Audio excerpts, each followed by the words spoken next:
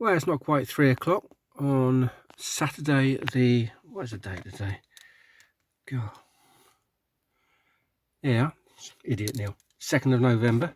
And I thought, well, I'll carry on and do a third session on the Chesil. I was toying with the idea of going down the Bristol Channel. The easterlies will be a bit lighter there on Chesil Beach, but I thought, no, let's go down the Chesil. There's still a better chance of coddling down there. And we're going to go down to the Masonic car park down at Portland End. Never been there before. So, without further ado, let's get going. See you in a bit. There you go. So it's 5:25. We're down here. Just got to go and see how much it costs. See if I've got to get a ticket. Of course, it's dark now because the clocks went back last weekend. So yeah, another nighttime video.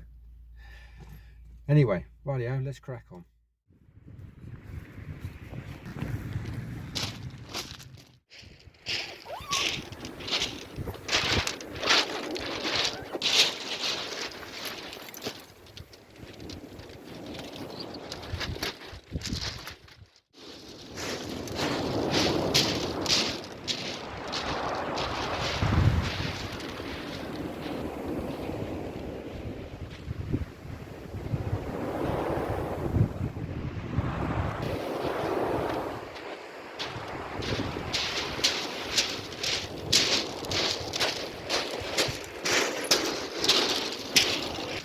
So,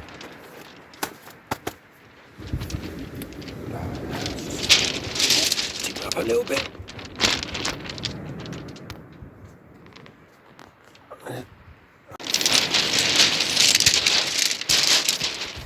So, first rig out of the wallet was a good old pulley panel, as usual. They jump out of me, but tonight, put it on the flowing trace rig. So, starting at the top end. There's the fireworks. I use a clip because I have a swivel on the end of my leader. I just find the swivel goes down through the rod rings at the end of the day easier than the clip. So there's a clip on the end of my rigs, about 6-7 inches down. I've got the SRT spring crimped in place. Those crimps don't move. The rig body is probably about 3.5 foot. About 10 inches up from the lead is the hook length. It's hook trace, is the trace itself. On adjustable breakaway crimps, so if I have to cut the snood and it's 2 inches short, I can just adjust these so that the hook can reach the bait clip. 10 inches down, then we've got an imp onto the lead. There we are. Hooks on this one, a nice lugworm sized 1/0 pennel setup, and just a bit of silicone on the pennel hook. There we are, nice and easy. That's my flowing trace rig. The other rod will have a pulley fennel, of course, and then I can mess about with other rigs through the evening. High water is at 7:30 tonight. Everyone's on this ledge. It feels a bit close to the water to me, but it's a calm night. Yeah, I've got an easterly blowing straight over the top. So, right, take you through the baits. Okay, so I was lucky enough today, like I said, this morning I went down and got some black lug down at Worthing, and fresh blacks. Let's have a look at them. Yeah, there we go. There's those babies. Yeah, so I got 5 packs of those. I've got some mackerel and squid in the cool bag, and someone's left a load of squid on the beach, so I'm hoping to use that, even though it's been raining a little bit, use that with the worm. And that's it, simple baits tonight. Mackerel to save a blank, squid and black to try and get a cod in. There we go. Right, let's bait up. So what I'm doing here now, using the baiting needle, I am literally threading. So in and out, threading,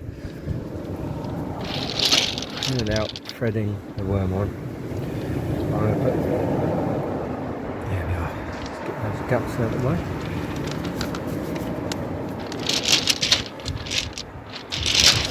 All at the wrong angle once again.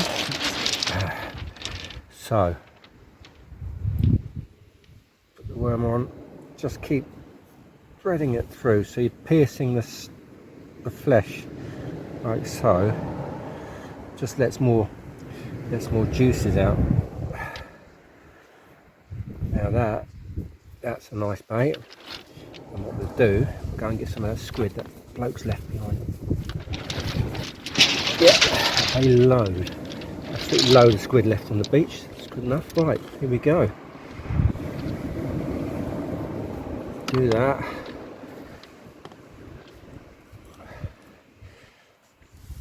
Nice big strip. I will then pop that onto the end like so. Now try and do this.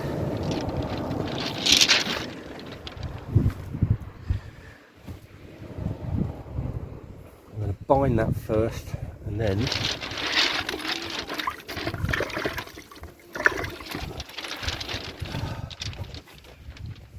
I don't like getting the blood. I know it sounds silly, but I don't like getting the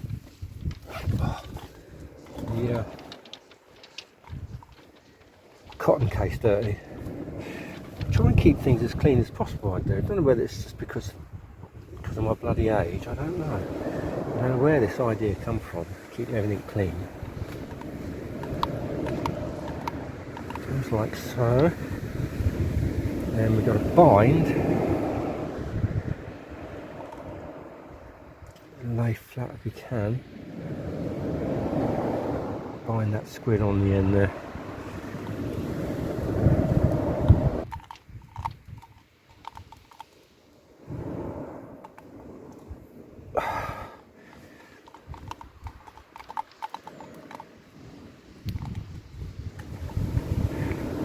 Not mental, but decently bound. Next job is to get my main hook, tucking that in,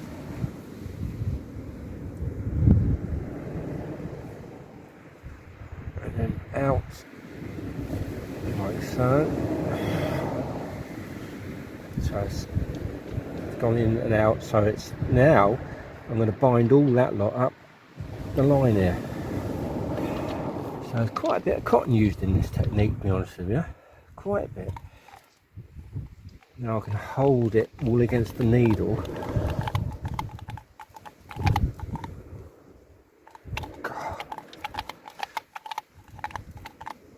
I'll do this now. I'm not going to do a second filming of this because it's so bloody time consuming.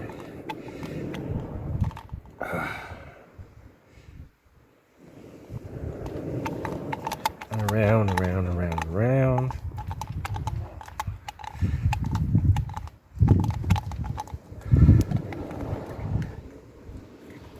Okay, now what I do now is I will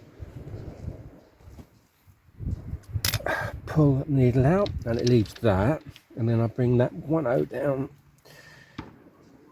and whack that in like so, and now I'm going to compress the bait down like that, and there we go. I mean, that's that's going out. Rightio, glad that bit's over.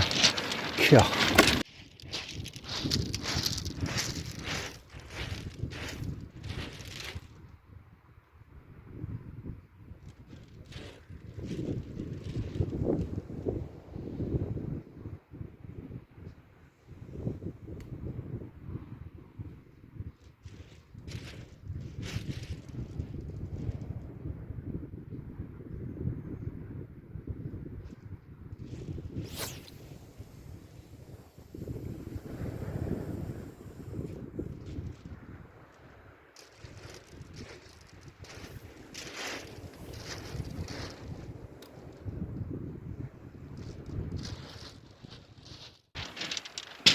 Finally, 20 to 7, both rods are out.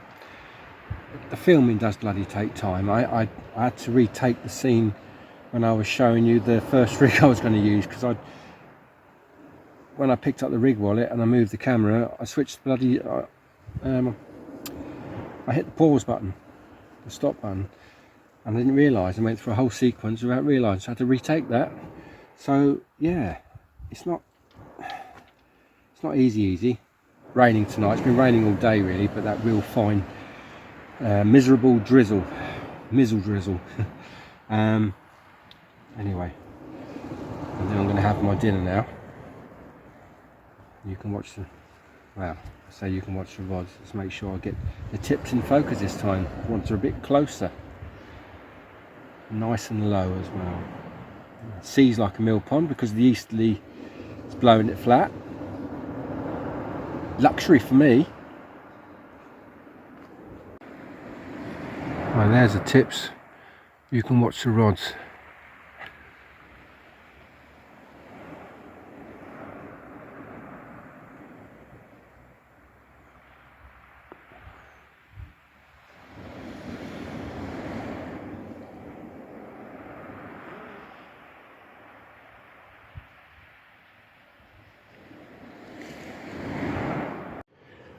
Dinner tonight, that's a chicken stroganoff from dinner last night. It's leftovers, just got to mix it all in. And I've got some soup, a flask of coffee and some biscuits. There we go.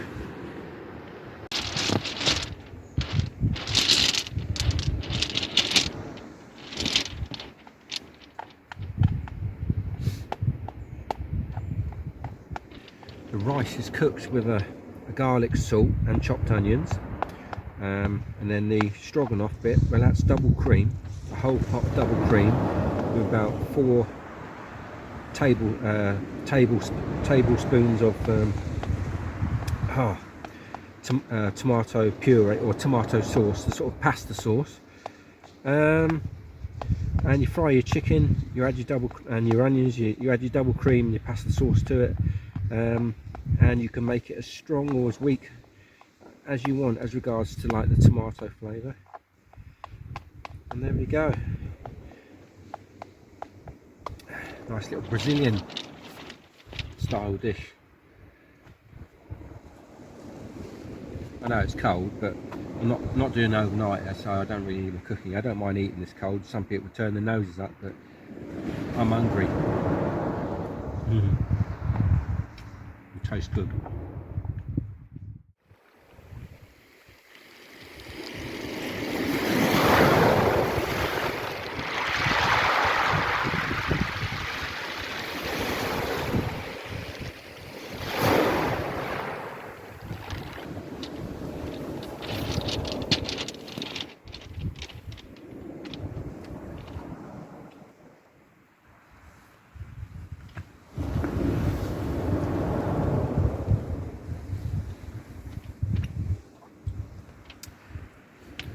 Rain's a bit more steady now. Feels like it's getting a little bit, just a little bit heavier.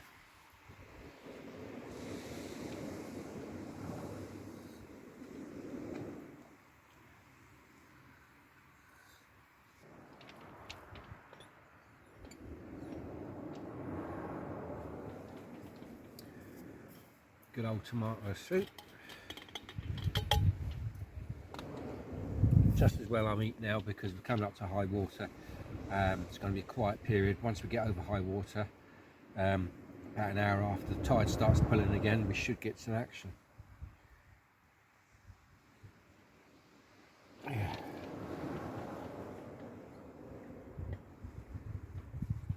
Fingers crossed. Right. I suppose better, once I've done all this, I'll start thinking about baiting up another rig. But until that time, I should just sit here, watch the rods, enjoy the soup.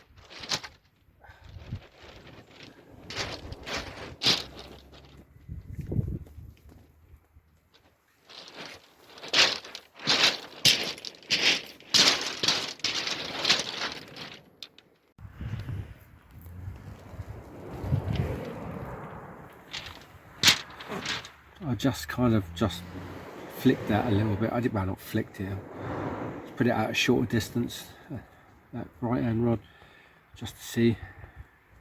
The right hand rod now is on pulley panel, and left hand rod from its first cast is still on pulley panel. So yeah, I've got both flowing trace rigs on the beach here at the moment. One's baited up, ready to go. I'm keeping them inside here because of the rain. I don't want the rain washing the juices out of the worm. Yeah, so let's see.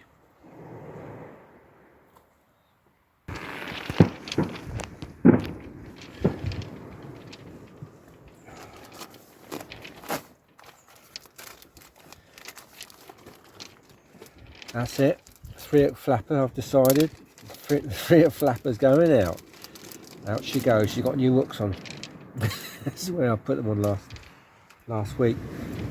So she's got size 2s on there, strong enough for a doggy or a codling or even a small ray. Right, I've just pulled a mackerel out of the compartment, cool compartment on top of the rucksack. So on the mackerel goes onto the flapper. Here he is. Hopefully catch something for you. Hopefully. Oh well. Fish all over the phone.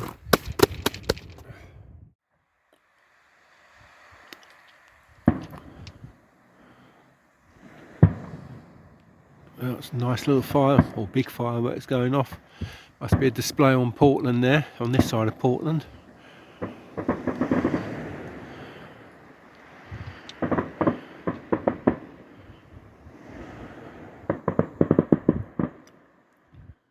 So there's a 3/8 flapper. What I've decided to do was I put mackerel on the top hook, and then coming down we've got lug on the middle hook, and then on the hook that's below the lead, a piece of squid. There we go.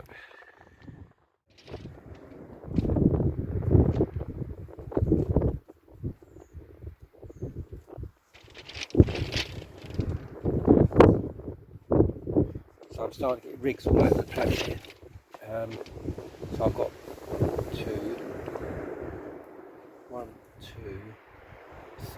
two baited rigs. One, the 3/8 flapper is actually on the rod stand like I showed you, regardless of the rain now. I just don't want to get them all bloody, start walking them into the bloody beach. The flowing trace rig baited up is sitting there, sheltered, because that's really juicy. And the other flowing trace rig with no bait, which was just cleaned off, is sitting here. Yeah, because I know where they are, they stay in their places and they'll be fine. I was about reeling the left hand rod's been out for, oh crikey, that's been out for well over an hour. Yeah, we'll do that.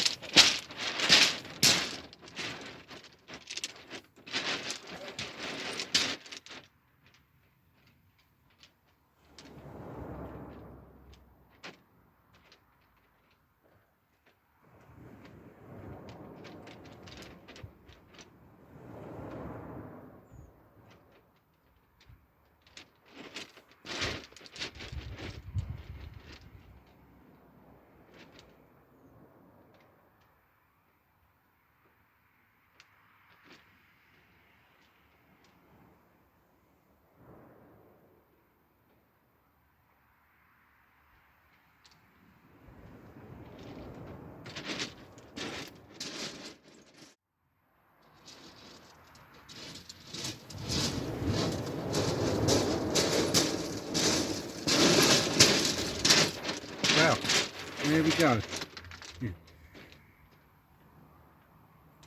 One tiny little strap. Chuck him in the bucket.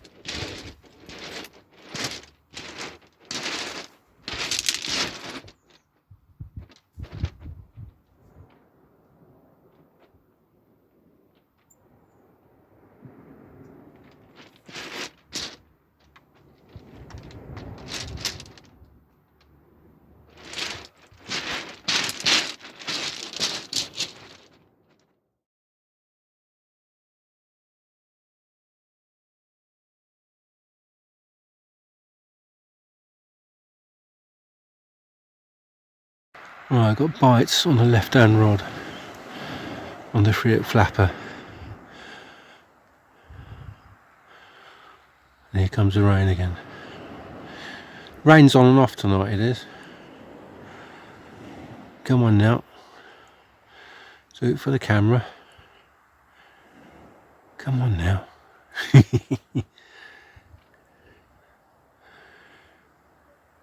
Oh, come on.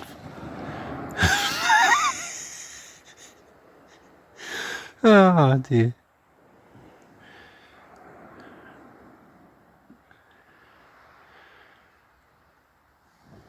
Well, there was a nice set of bites on the 3/8 flapper and now it's gone quiet. Maybe it's hooked itself. Let's see. But yeah, the right hand rod had a bite on it then. Maybe the fish are going to come on the feed.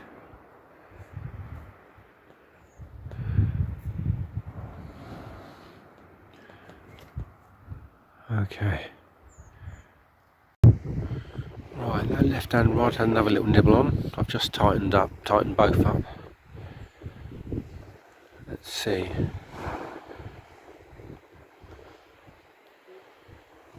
See if we're going to get anything. So, there he goes. Here we are. There's something on there. We'll have a look at it. We'll have a little look-see. See what we got.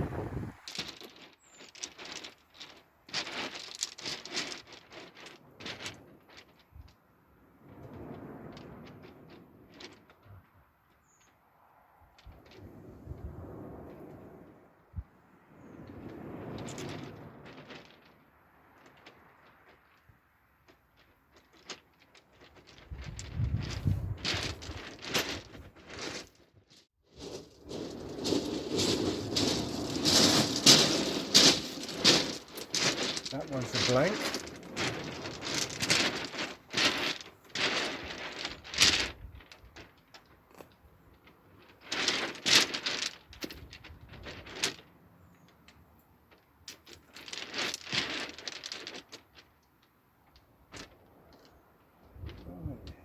There we go, flowing trace.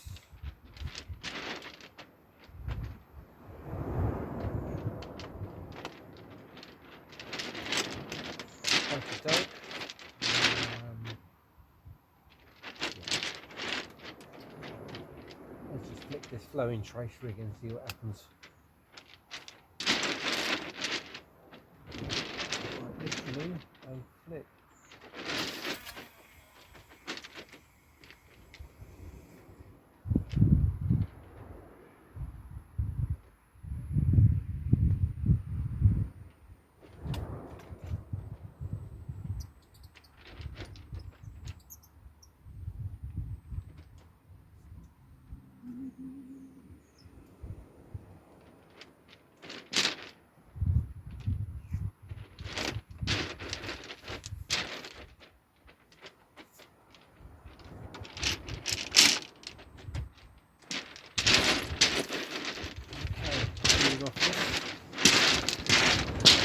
Something's picked up the bottom hook and brought it up to the middle hook and had a bit of a bloody play around with it. So yeah, let's just go on pure mackerel this time, see what we get. Right, so the 3/8 flapper now has got mackerel on the bottom hook and middle hook and squid on the top hook. Little story. A long time ago,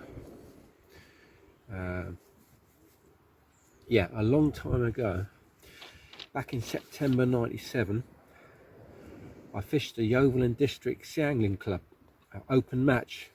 There was about 40 odd people turning up for this. This was at Abbotsbury, and I fished up by up near the flagpole, which is kind of up near where the stream runs through the bushes and that onto the beach, and that somewhere up there I was, and I was about 200-300 yards up. The boundary for the match I think was Bexington and Dragon's Teeth, but they were boundaries I think. Anyway, all outside. I won the match with a 20-pound 10-ounce cod, and I'm going to try and get the photo for you now, and see if we can get that. I was a lot younger then. Yeah, and that was on a 3-hook flapper, 3 extraction rig.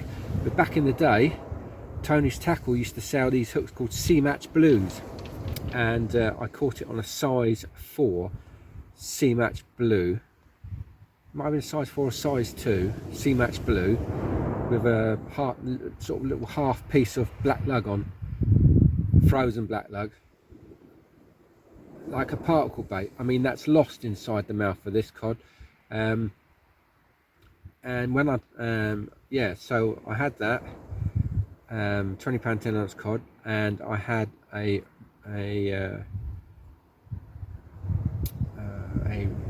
red mullet, which was just in size, about, I don't know what it was, 18-20 centimeters or something like that. I can't remember, it was about 22. It was just sizable. Yeah, and I think I had something else, a little dab, I think, or something like that. Both those fish fitted inside the mouth of this cod. Try and get the oh, the wind's picking up. Try and get the photo for you.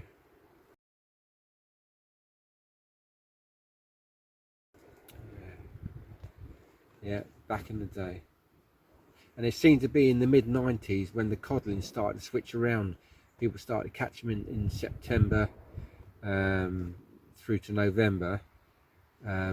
They never caught them in August, July or August, crazy like that now. But now the codling sort of starts now summer down here and goes through to this time of year, to November-ish. But yeah, but things, the fishing seasons for the beach angler were changing. The species mix was changing. It was the, you know, you could catch a codling at night in September, and during the day you can catch a mackerel. It was crazy, and we thought this is like a winter fish and a summer fish, but obviously not a winter fish anymore. Well, it doesn't seem to be here. But tonight it's about 12 degrees. It was 14 degrees when during the day, when it was daylight, when I was driving down. So yeah, 20-pound 10-ounce cod on the C-Match Blue. Testament to the hook, but the hook could have just missed its mouth. It was somewhere in the scissors, or I can't remember where the bloody hook went, but somewhere in there. I didn't have my waders on. I remember when I pulled it in, I could see it in the waves. I had the reel set on the clutch.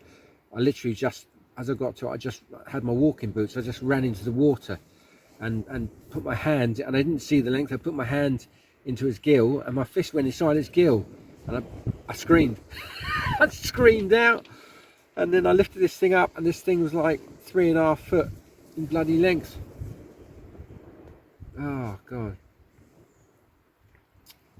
good times, good times.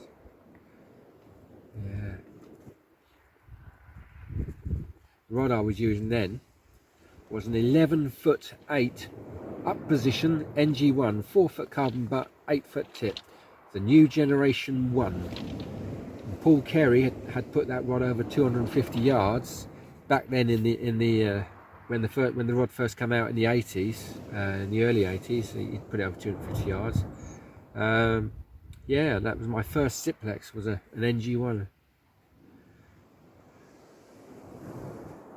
Amazing. God. No, I was in my mid-20s when I had that cod. Right whippersnapper. There we are. Yeah, wind's picking right up. Anyway, catch you in a bit.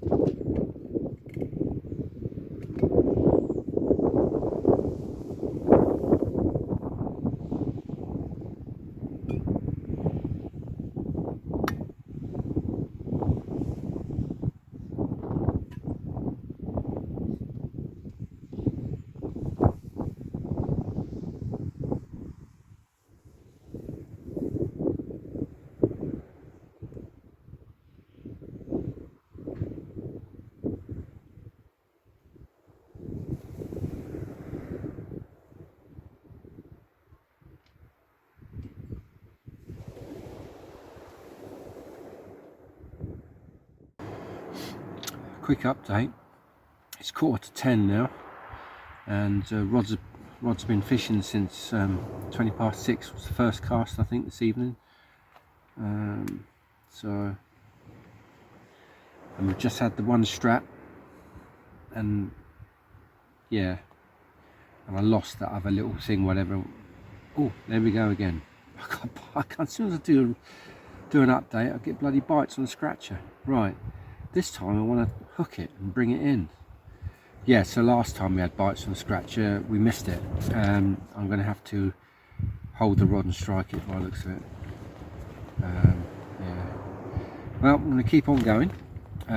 So we're certainly getting to 2.5, nearly down to 2.5 hours after high water now. Or nearly there, 2.25 hours after high water. Yeah, so we'll see. Plenty of time yet. Right, see you in a bit.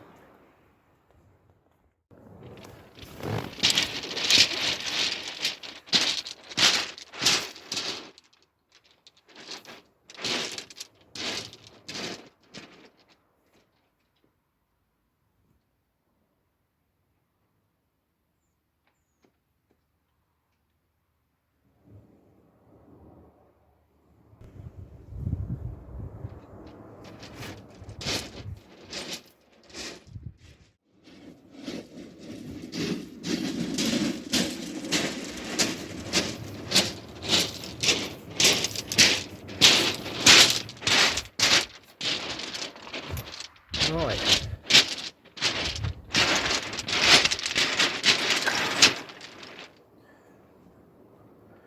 I'm going to persevere with this scratcher. I've got to catch something on it. Normally stuff hooks themselves on it. So maybe we'll just chuck it out a bit further. Right.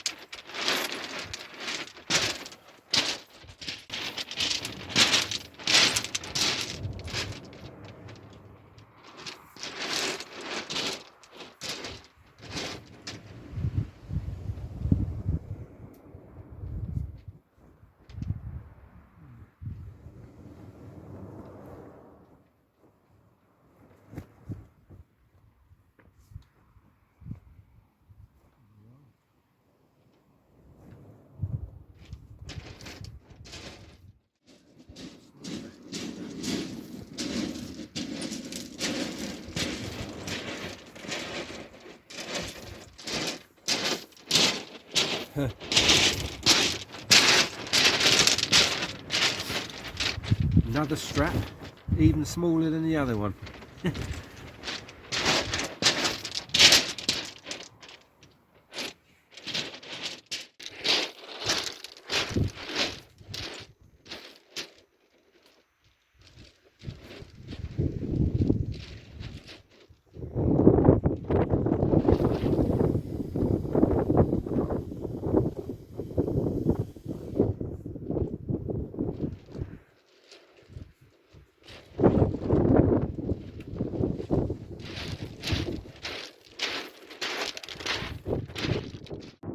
There he is, smaller than the other one.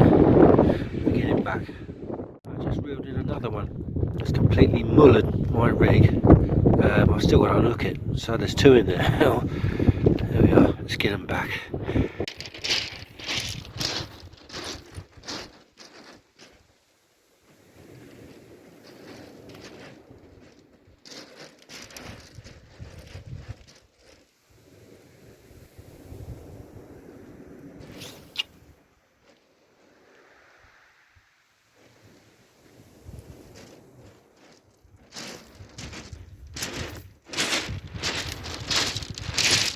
Right, quick update.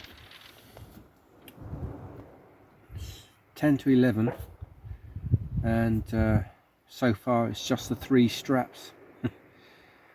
So yeah, I'll see how this next hour goes up, because once we get to 11:30 we'd be 4 hours down from high water, and so I would have covered a good part of the ebb. I've covered.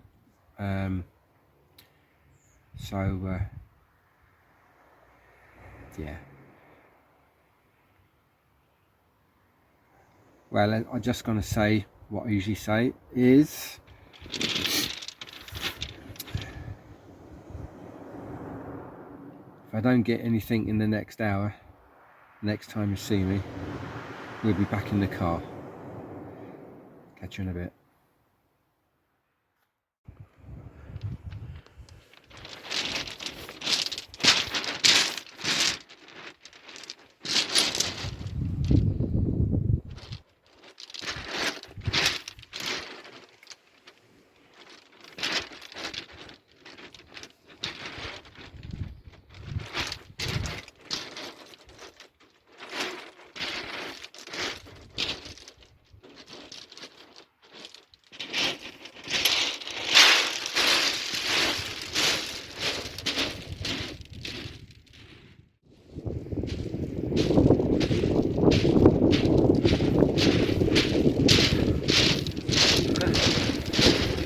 Baby dogfish, that is the smallest doggy I've ever caught. That is like, that's like a rubber dogfish, like a toy dogfish. Crazy. Right, there we are. So it's nearly midnight, and I ended up catching another strap after that little dogfish, but I didn't bother to put it on film. So we had 4 straps and 1 little dogfish. In fact, the strap that I had after dogfish was a bootlace. So yeah, everything was getting smaller. So there we go. Yeah, 4 straps, 1 dogfish. First time I ever fished here. I'll give it a go again. I mean, the parking's free for up to 72 hours. You can park. It's amazing. But I've got to be here when the codling are in. Never mind. Well, anyway, if you made it to the end, as always, if you made it to the end of the video, thanks for watching. All I can say is until next time. Ciao for now.